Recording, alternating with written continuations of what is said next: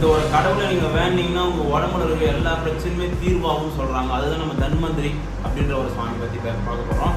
அதுக்கப்புறம் வந்து பார்த்திங்கன்னா இந்த உலகத்தில் இருக்கிற எல்லா விதமான இந்த மருத்துவத்தை வந்து பார்த்திங்கன்னா தெரிஞ்சிருக்கிற ஒரு கடவுள் அவர். அதுக்கப்புறம் இவர் வந்து பார்த்திங்கன்னா ஒரு நாட்டுக்கே வந்து பார்த்திங்கன்னா எல்லா விஷயத்தையுமே எல்லா விதமான ஆயுர்வேதையும் சொன்னார். இவர் கையில் வந்து பார்த்திங்கன்னா இந்த பார்வையில் தோன்றும் போது வந்து பார்த்திங்கன்னா அந்த அமிர்தமே வந்து பார்த்தீங்கன்னா கையில் தான் தோன்றி சொல்கிறாங்க. சரி வாங்க, இந்த அளவுக்கு டீட்டெயிலான நிறைய மாதிரி விஷயத்த நம்ம ஃபுல்லாக வீட்டில் பார்ப்போம்.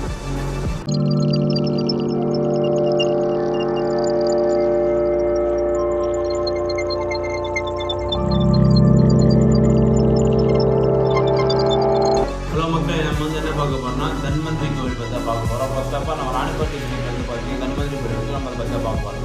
ஃபர்ஸ்ட் ஆஃப் ஆல் நீங்கள் தன்வந்திரி கோயில் அதை பற்றி நீங்கள் போகிறதுக்கு முன்னாடி தன்வந்திரி அப்படின்ற சாமி பற்றி உங்களுக்கு ஒரு தெரிஞ்சுக்கணும். சரிங்களா?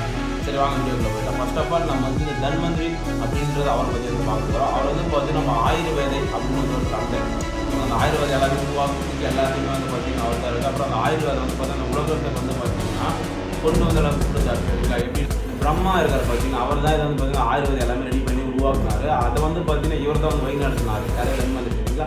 இவர் தன்வந்திரி வந்து பார்த்தீங்கன்னா இது வந்து எப்படி பிரிவாக பிரித்தார். எதுனா இப்போ வந்து பார்த்தீங்கன்னா உடல், அப்புறம் வந்து பார்த்தீங்கன்னா நிலம், அப்புறம் மனசு, அப்புறம் உடல் பொருள் பாகங்கள் அப்படி ஒரு சில பாட்டாக பிரித்து அதை வந்து பார்த்தீங்கன்னா ஒரு பாட்டாக சொல்லி கொடுத்தாரு. சரிங்களா? அதுக்கப்புறம் இவர் வந்து பார்த்தீங்கன்னா நம்ம தமிழ்நாட்டில் பிரபலமான ஸ்ரீரங்கம் கோயில் இருக்குது. கோயிலுக்கு இவருக்கு ஒரு தனியாக ஒரு இடமே இருக்குது, ஒரு தனியாக ஒரு சன்னதி இப்படிங்கிற பற்றி நிறைய பேர் வந்து பார்க்குறாங்க. அந்த இடத்துல வந்து பார்த்தீங்கன்னா தமிழர் மட்டும்தான் பார்க்கணும், இந்துஸ் மட்டும் தான் பார்க்கணும்னு பார்த்தீங்கன்னா அந்த கோயில் மென்ஷன் பண்ணியிருக்காங்க. அதுக்கப்புறம் கும்பகோணத்து ஒரு சில இடத்துல இருக்குது. அப்புறம் கேரளாவில் வந்து பார்த்தீங்கன்னா இவருக்கு நிறைய கோயில் கட்டி நிறைய ஒரு பார்த்தீங்கன்னா பிரமாணம் பண்ணுறாங்க. அவ்வளோதான். நம்ம போகிற எல்லா வீடியோமே உங்களுக்கு வரணும்னா சப்ஸ்கிரைப் பண்ணி வச்சுங்க, பக்கத்தில் இருக்க பெல் ஐக்கனை கிளிக் பண்ணி வச்சுங்க. அவர் வந்து பார்த்தீங்கன்னா நம்ம ஆயுர்வேதை அப்படின்றது வந்து தந்தை. ஆயுர்வேதைன்னா உங்களுக்கு தெரியல, நம்ம நாட்டு மருந்து இந்த சில மூலிகை எல்லாம் வச்சு வந்து பார்த்தீங்கன்னா சில மெடிசன் கண்டுபிடிப்பாங்க பார்த்தீங்களா, அவர் தான் வந்து பார்த்தீங்கன்னா இவர் அந்த விஷயத்தை வந்து பார்த்தீங்கன்னா இவர் வந்து ரொம்ப பிரம்மாண்டம் நிறைய பேருக்கு தெரிவித்தார். அதுக்கப்புறம் பார்த்தீங்கன்னா மகா விஷ்ணு இருக்கார் பார்த்தீங்கன்னா நம்ம விஷ்ணு ஓகேங்களா, அவருடைய அவதாரமாக 14வது அவதாரமாக அவர் இருக்கார். ஓகேங்களா? இந்த பால்கடல்லாம் வந்து பார்த்தீங்கன்னா கடைஞ்சாங்க. அப்போ வந்து பார்த்தீங்கன்னா தேவரும் அசுரரும் வந்து பார்த்தீங்கன்னா இந்த அசுரர் எல்லாருமே வந்து பார்த்தீங்கன்னா அமிர்தம் வந்து கிடைக்கணும் அப்படின்னு சொல்லிட்டு அலைஞ்சாங்க. அந்த அமிர்தத்தை வந்து பார்த்தீங்கன்னா அவருடைய கையிலேயே வந்து பார்த்தீங்கன்னா எடுத்துக்கின்னு அந்த இடத்துல தோன்றினார். அது மாதிரி ஒரு ஆதாரமாக இருக்கார் அவர். சரிங்களா? அதுக்கப்புறம் வந்து பார்த்தீங்கன்னா அவர் கையில் வந்து பார்த்தீங்கன்னா மொத்தமாக 4 விதமாக வச்சுருப்பார். ஒன்று வந்து பார்த்தீங்கன்னா இந்த அமிர்தம் வந்து பார்த்தீங்கன்னா ஒரு திங்ஸ் மாதிரி ஒரு சொம்பு மாதிரி வச்சுருப்பாரு. ப்ளஸ் பார்த்தீங்கன்னா சங்கு சக்கரம், அப்புறம் வந்து பார்த்தீங்கன்னா இந்த ஆயுர்வேதையுடைய ஒரு புக்கு மாதிரி ஒரு பீரியட் வச்சுருப்பார். சரிங்களா? இது வந்து பார்த்தீங்கன்னா சுதர்சர் அப்படின்றது ஒருத்தர் வந்து பார்த்தீங்கன்னா இருந்தார். அவருடைய சீடராக இருந்தார். சீடர்னா அவருடைய சுடராக இருந்தார். அவர் வந்து பார்த்தீங்கன்னா இந்த உலகத்திலே தலை சிறந்ததாக இருந்தார். சரிங்களா?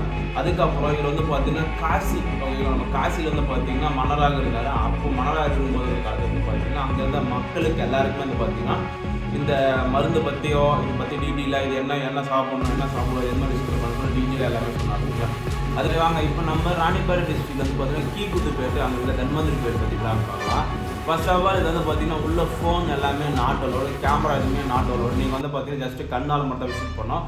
ஸோ நான் இங்கே விசிட் பண்ணதை உங்களுக்கு எல்லாமே சொல்கிறேன். ஃபர்ஸ்ட் ஆஃப் ஆல் இந்த கோயில் வந்து பார்த்தீங்கன்னா ஒரு வடிவமைப்பாக இருக்கும், ஒரு ஜிக்ஜாக் மாதிரி இப்படி இருக்கும். சரிங்களா? நீங்கள் நீட்டாக போயிட்டு ஃபுல்லாக போய் நேராக போய் பார்த்துட்டு அப்படியே வரணும். ஓகேங்களா? அது மாதிரி தான் கொடுத்துருக்காங்க. இங்கே வந்து பார்த்தீங்கன்னா நிறைய விதமான சாமிங்க, நிறைய விதமான ஃபோட்டோஸ், நிறைய விதமான மெமரிஸ், நிறைய விஷயமா இருக்குங்க. இப்போ இடத்துக்கு வந்து பார்த்தீங்கன்னா எல்லா விதமான அம்மன் இருக்காங்க. ஃபஸ்ட்டு வந்து பார்த்தீங்கன்னா சாய்பாபா இருக்காங்க.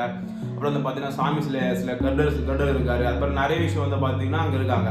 அப்புறம் வந்து பார்த்தீங்கன்னா கடவுளான முருகர், விநாயகர், அதுக்கப்புறம் கருப்புசாமி, அம்மன், குபேரன், அப்புறம் வந்து பார்த்தீங்கன்னா வாராகி அம்மன், அதுக்கப்புறம் வந்து பார்த்தீங்கன்னா அம்மன், எல்லா வகையான சாமியுமே அங்கே வந்து பார்த்தீங்கன்னா வச்சுருக்காங்க. சரிங்களா? இங்கே வந்து நம்ம மனப்பாடம் பண்ண முடியாத அளவுக்கு அங்கே வச்சுருக்காங்க. சரியா? அது மாதிரி அதுக்கப்புறம் வந்து பார்த்தீங்கன்னா இந்த 108 திவ்யலிங்கங்கள் இருக்கிற தன்வந்திரி அவருடைய எல்லா விதமான அவர் வந்து எப்படி இருந்தார், அவர் எப்படி வளர்ந்தார், அப்புறம் அவருடைய ஸ்டார்டிங் ஸ்டேஜ் என்ன, அதுக்கப்புறம் அவர் எங்கெங்கே இது மாதிரிலாம் இருந்தார், அவருக்கு யார் என்ன பண்ணார், அவருக்கு சப்போர்ட்டாக இருந்த கடவுள் யார், அவருக்கு எந்தெந்த கடவுளுக்கு ஹெல்ப் பண்ணார், அது மாதிரி எந்தெந்த கடவுளாக இது மாதிரி இருக்காங்க அப்படின்னு சொல்லிட்டு நிறைய விதமான விஷயம் அந்த கோயிலுக்கு கண்டிப்பாக போய் பாருங்கள். அதுக்கப்புறம் நம்ம அம்மன் எல்லா வகை அம்மன் இருக்குது. 1008 சிவலிங்கம் இருக்குதுங்க அங்கே. ஓகேவா? அப்புறம் வந்து பார்த்தீங்கன்னா 108 பயங்கரமாக இருக்கிற சிவலிங்கம் வந்து பார்த்தீங்கன்னா பூஜை பண்ணுவாங்க. அதுக்கப்புறம் வந்து பார்த்தீங்கன்னா இந்த நம்ம இந்தியாவிலே ரொம்ப ஃபேமஸான இருக்குது பார்த்தீங்களா, கேதார்நாத், பத்ரிநாத், அப்புறம் வந்து பார்த்தீங்கன்னா திருவண்ணாமலை, அப்புறம் வந்து பார்த்தீங்கன்னா தன்வந்திரி. ஸோ அப்படி வந்து பார்த்தீங்கன்னா ஒரு சில ஃபேமஸான நடராஜன் கோயில். ஸோ அப்படி வந்து ஒரு ஃபேமஸான மேற்கோடு இருக்கிற சிவன் கோயில் வந்து பார்த்தீங்கன்னா இந்த ஃபோட்டோ எடுத்து அங்கே ரியலாக எப்படி இருக்குமோ அது மாதிரி எடுத்து அதே அதில் ரஃப் காஃபி மாதிரி இங்கே வெடிச்சு. ஸோ பார்க்கறதுக்கு பயங்கரமாக இருக்காங்க. ஸோ கண்டிப்பாக இதை போய் பாருங்கள். தர்மபுரி கோயில் உங்களுக்கு நல்ல ஒரு வியூ கிடைக்கும். அவ்வளோதான், மறக்காமல் ஃபுல்லாக பாருங்கள். உங்களுக்கு வந்து பார்த்தீங்கன்னா உங்களுக்கு இதோட லொக்கேஷன் கீழே கொடுக்குறேன், நீங்கள் டேப் பண்ணி பார்த்தீங்கன்னா. இப்படி இல்லை உங்களுக்கு இந்த வாலார் சைடு இருந்தீங்கன்னா அங்கே போயிட்டு கீப்புப்பேட்டை தர்மபுரி கோயிலில் பார்த்தீங்கன்னா பஸ்ஸு போவோம், அது போங்க. காரில் போகிறதுக்கோ பைக்கில் போகிறதுக்கு எல்லாமே வசதி தான், எல்லாருமே போகலாம். பீப்புள்ஸ் வந்து எல்லாமே கொஞ்சம் தூரமாக நடக்கணும், கொஞ்சம் நடக்கணும், பார்த்து நடங்க. அது மாதிரி என்ட்ரி டிக்கெட் இருக்குது. உள்ள வந்து பார்த்தீங்கன்னா ஒன்லி கேஷ் மட்டும் தான், ஜிபே ஃபோன்பே எதுவுமே இல்லை, என்ட்ரி டிக்கெட் வாங்குறாங்க. அது மாதிரி ஒரு ஸ்பெஷலான டேஸில் வந்து பார்த்தீங்கன்னா நல்லா பண்ணுவாங்க, நல்லா இது பூஜைலாம் பண்ணுவாங்க. ஸோ நிறைய மறக்காம விசிட் பண்ணுங்கள், சரிங்களா?